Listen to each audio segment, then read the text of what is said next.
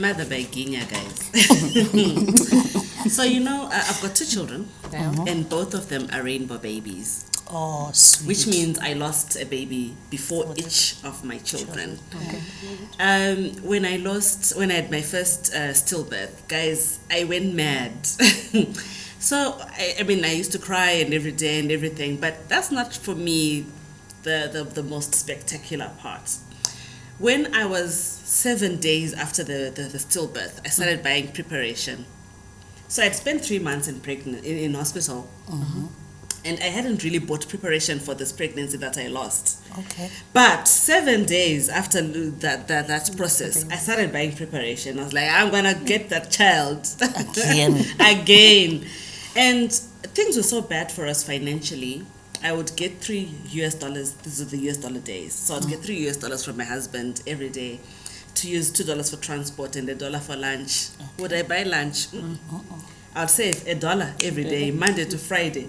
Whatever can fit for $5, I'd buy preparation, because I was that much wanting to be a mom. Yeah. So people would tell me, you know what, it will pass with time. You'll be okay. It wasn't meant to be. I was like, and it's not what you want to hear. It's not. I never thought I would actually fall pregnant. So when I did, I was like, I'm definitely having this baby. And when I lost that child, my world came crashing down. Oh my God, I'll never forget. So after I had Sean, and then I was like, I want to try again, and I don't want to put too much time between him and the next child. So I went on fertility treatments, because now I had experience. I knew what was wrong with me, and so I then had that pregnancy. And well, a lot of things were happening. My son wasn't feeling well, work pressures, etc. And then I had another miscarriage. The day I had that miscarriage, and I knew it was coming because I'd been bleeding since the afternoon. Yeah. And then when my husband had actually gone out, and I was like, you have to come back home. I'm having a miscarriage now. And when he arrived, that's when I miscarried. The next day, I was like, devil, you're a liar. I'm getting pregnant again. Wow. So for me, it showed me something about myself that I actually never knew. Yeah. And that's, I'm a woman of faith. And I am a strong person. I didn't know I had this strength to pick up the pieces and carry on. I would literally be crying for 30 minutes, and afterwards I'd be like, no, I'm falling pregnant again. I'm trying. Yeah. Yeah. I think being pregnant, just wanting a baby, leads to you having so much faith. We're just out of this world. We are those people that are needed in this society just to teach about faith. Because I had 9 miscarriages and 2 stillbirths. Wow. But I continued trying. I think I didn't go mad. I went penga. Because the doctors would tell me, Chimbo Zorora, but I wouldn't hear that. I couldn't understand what they meant by resting. I just wanted continuing. I continued trying. And when I did try, I'd get pregnant. So I think faith is that thing we have that other people just don't have. Even for the woman that cannot have a child, the only thing that drives them is faith, the determination. I don't know. From my experience, yours was different. When I had a miscarriage, I up to now I get scared to try again. I haven't, because like what happened in my case, I'm a single mom. Yeah. I fell pregnant the second time around, and I thought, okay, this is a bit awkward, but it's fine. I'm going to have this baby, and I got very excited. My baby, I even named the baby, and I would tell my friends my baby is called Naledi, and it was fine. And then at 4 months, when I was supposed to go for the scan to tell the sex, and I was going to book at Avenues.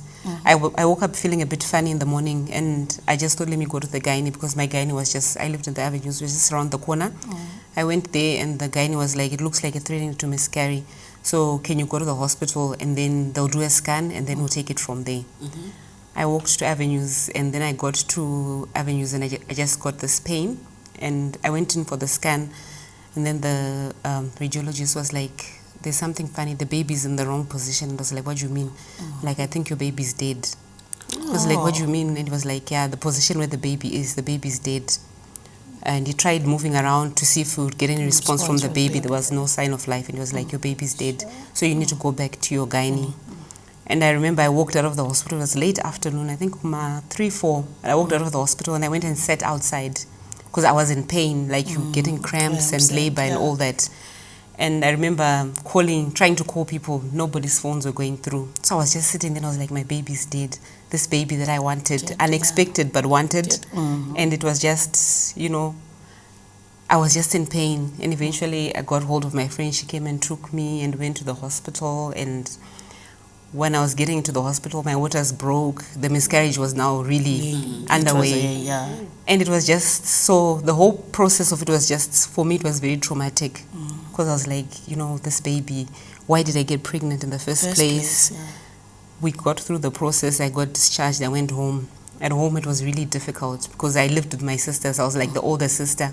So I really didn't feel able to cry and vent and let it out because then they would all get so scared. So I was just in this place. And what got to me, I think it was at that point that I understood that when someone loses a baby, don't tell them it's going to be okay. Even if it's an adult child, don't tell them, this has happened for a reason. Because it doesn't help me. Because I then got angry. Because I was already angry at God. Why do you allow people to get pregnant and then don't allow me to hold the baby, And I remember one of my friends came one of the days and she was like, I can see you're really in a bad place. And she drove with me to Westgate. And we sat in the car and she said, I know you need to cry. So cry. So I was in the car park at Westgate and I just cried and cried and cried because I couldn't do it at home. Yeah, tradition yedi norambaka. Ukaita miscarriage, you're not allowed to cry. Yeah. I think they get to an extent you can't share it. You just be bottling it up. And also those feelings that you have, you can't express what's going on inside, the pain, the anger, because I'd gotten so excited, this baby, and I was convinced it was a girl, and then my family was sorted and all of that, and also because, it's just difficult. Yeah, I know, and even the stigma that it brings, how it is like, and especially in my case, being a pastor's wife and a pastor as well, it was just difficult. You're the strong ones kind of society. You have people coming to you, with these kind of problems. You'll be praying for these people, and then the next thing you are telling them, can you please pray, fast, do this, the things that you are actually doing, and then the next thing they come to you, they are giving you a testimony saying, you know what, your God has done wonders for me, and you're like, what's wrong with me? Why are those wonders happening to me? You see now, like people will be like, why didn't you pray? Why didn't you fast? You're a pastor. How did this happen to you? And I remember this other day. I expect my pastor to miscarriage in our society. I remember this other day. I prayed for our neighbor. She has been looking for a child for 2 years, and I went to her and I said, I just want to pray for you. I prayed for her. And then she went and told this other lady, this lady, this pastor prayed for us, And she was like, if their God really works, how come they don't have a child? It really hurts. But at the end of the day, there's nothing that you can do. You really have got to look up to God and say, you are my solution. Whatever is happening to me, it is you who's being, people are just saying, that kind of thing. And the Marano Shanda, because for me, I got to a place where I named the babies. I took the Bible, started looking for names, and I chose Samuel, Emmanuel, and Asher. They're all from the Bible. But it taught me to pray. That pain, everything I went through, it taught me to pray. Not that I didn't do other things. I kumapostori ndaienda, kunganga ndaienda. Funny enough, ndinimwe nganga yanga kutombo nditi ukaita some poo in your cup and you throw it away, all your problems go. And you think these things work, and because unenge uri in that space yekuti I really want it, ndikuda kuti zviitike, unoita anything on this earth. Did you ever go through that way? No, personally, I think for me the lucky part was I'd just been saved for the second time. Okay. So I grew up a Christian home, everything. Started really knowing the Lord at about Form 1, started the walk, the journey. But in 2013, I then got re-saved, properly saved. Prior to 2013, because I got married late. Well, in our culture, it was considered late. I was already in my 30s. Yeah, definitely. So prior to the marriage, that's when I tried all these funny things. And then after a while, I was like, what are you doing? This is not working. So I went on my knees and really got born again. Okay. So by the time I got married, plus I always had these problems. As you can see, I've got a thyroid operation. So I always knew I had a bad case of hormonal imbalance. And then just about 2 or so years before I met my husband, I also then discovered I had fibroids. So I even got into marriage not expecting to fall pregnant. And then I fell pregnant soon after, you know. So I was really excited. I was like, so it was just myths and, you know, doctors' lies and stuff like that. I was really expecting to have this baby. I was really excited. We did everything we could, you know. I started off, because I spent 3 months in hospital, like I said. I started off at the avenues, then the budget started, you know, really affecting our pockets. I moved to Belvedere for the other 2 months. And so it was, we tried everything. We were prepared to sell our car. We were prepared to do anything. We were even getting money from home, my family, his family. Everyone was chipping in, you know, to just help us get through this journey. So I really thought, after all this effort, surely I'm going to be able to keep this baby. And then I lost the baby. There's nothing as horrible as walking into hospital with a suitcase full of clothes and then walking out with a flat stomach and no baby.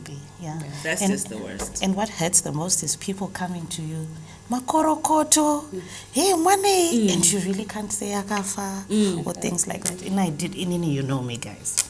I did the worst. I took everything, the preparation and everything, and I took it back to the shop. And I said, you can have your things. Because I couldn't deal with it. Yeah, they did give me back my money. But I think they did because they felt, they understood me. But you go at a place where you are insane. You are not normal anymore. And people don't seem to understand it. Even uchifamba ukaona somebody pregnant, you begin to say, saka yese arikuita numba. And they say uyachita numba chikwanisa kuita zvakawanda, and I can't do that. You tend to forget that we are different people. And we all get different pregnancies, different stories. You are in a cocoon that tells you you're just not you. And tradition yedu painongoboa is kana usina mwana and you're not married, you're of less value. Chero uri CEO, but kana usina mwana, there's a problem. You know, each time, because I spent 7 months between that baby and my next baby. So each time I would go on my period, because now as a woman of faith, I'd be like, your period, I rebuke you. You shall not come this month. I reject you, period. Do not come. This is my time to be falling pregnant. This is my season to conceive. I rebuke you, period. Yeah, sure. And then the period would come. Guys. After rebuking it, I would cry. And then I would be like, you know what? This is my time to cry. I'm not going to pray as I cry. I'm just going to cry. And then when I finish crying, then I'll be like, God, we are doing this. The devil is a liar. I'm going to get this baby. So, like I said, it was like I was getting mad, but at the same time, it unleashed this whole strong faith. I've got a friend who I told my story to, and I was like, go and buy preparation, even if you don't have the baby. Go and buy preparation. And she's like, I can't do it. I don't have the faith that you have. But for me, it really showed me that I had faith, and I never knew I was capable of that level of faith. Wow. I can actually relate to that, especially when you said the ped. I remember the other day, I took my ped and I said, devil, is this how far you can go? Because, you know, you are in such a situation, like my first 2 children, kids, they passed away. They actually passed away The first one shame. passed away after 10 days, and the second one 2 days after I'm the really birth. sorry You about see that. now. Oh, sorry. And I remember my husband's relative was saying, "There's kumusha kwavo. Ah, You need to obvious. take care back." And I was like, "Kwedu kwegandok nevaroi." Yeah. You see now. And I remember my granny was saying, munowanza zvechechi, munowanza chechi. I know of someone. I know of someone. Ari kumusha uku uya timbofamba. And I was like, no, I'm going to keep my faith. I know God will do wonders for me. You know, when I go back home and I will just close doors and I start to cry and I'll ask God, Mwari, ndasiya nganga, ndasiya zvese for you. Why can't you just do something for me? I remember even I had to see different men of God coming to me, telling me all sorts of things. Some would prophesy, "You are going to have children. You are going to have children." I was like, when? Yeah. When? Yeah. Why can't you just tell me I'm going to have?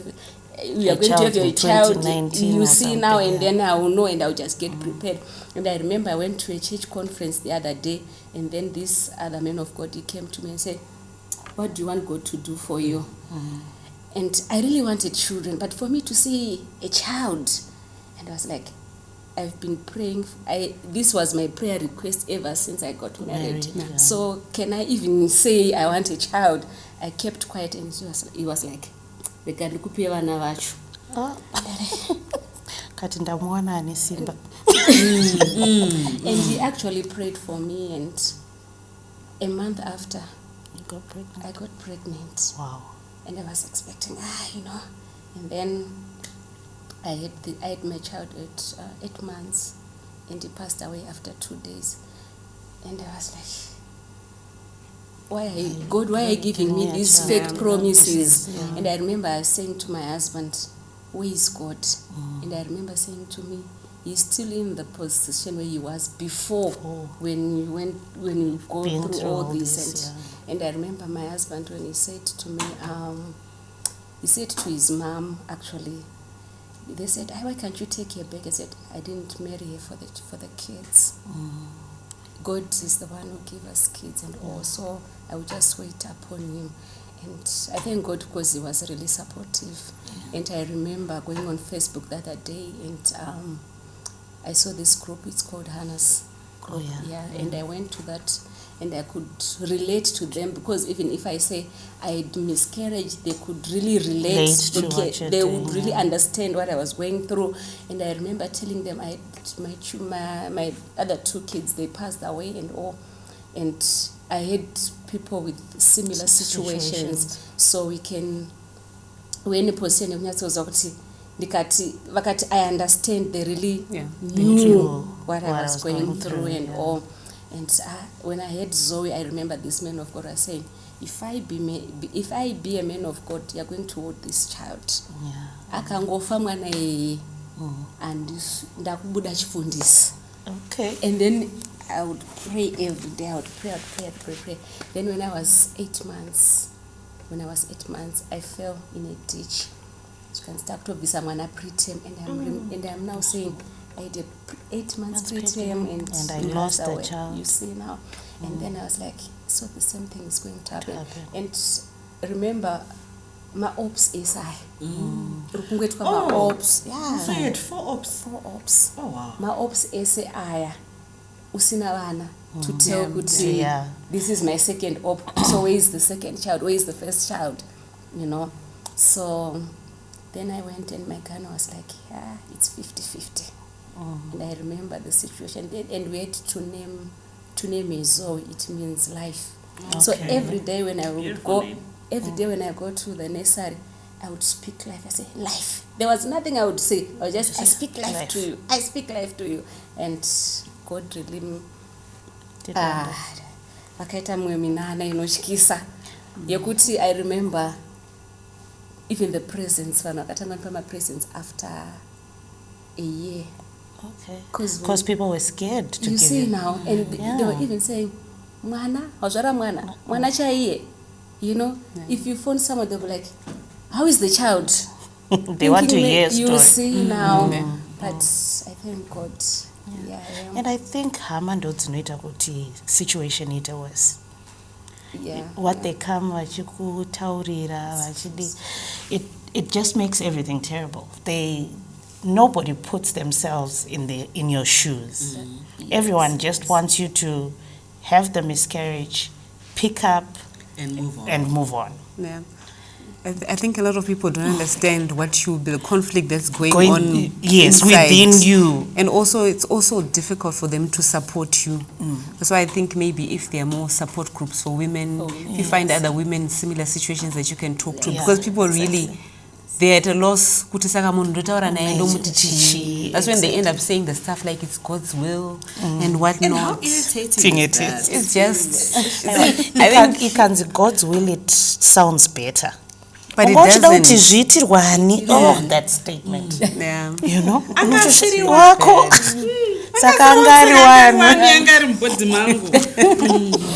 Yeah. I think people need just to learn how to talk to people. I think sometimes it's actually better if you're just quiet and just be there, show support and don't say anything. Yeah. Because and all the things they're going to say. I like my wine. Just come with a bottle of wine, tongoseka, utogocha, and not go through what I'm going through. Because it's just, I remember, tichatotumidza edu masofa mazita. And they started saying kumasofa tatenda. Sure. You know, so there are some names I don't even want to hear. They just remind me of that place. And you can imagine, this is like 11 years and 10 years of not having children. It was just, is it a problem that I'm driving? You see now. What has driving got to do with having a baby? You know? Angatengerwe yogurt nemurume saka ndotengerwe. Do you want him to be buying nappies all the time? You know, you wonder kuti vanhu vanenge vachida kuti uite sei, honestly. Ine zvinondinetsa. And I like Maggie, like you're saying, we should have support groups. You know, akawanda. For example, the Christian Counseling Center in Mount Pleasant, it really helps, talks to people, gets them through that process of understanding their pain, where it's coming from, and how they can deal with it. Because I think some of it also, you end up feeling, am I inadequate? Is there something wrong with me? Why is it? Why does it just happen to me? Or it's God punishing me for something that I did in my past.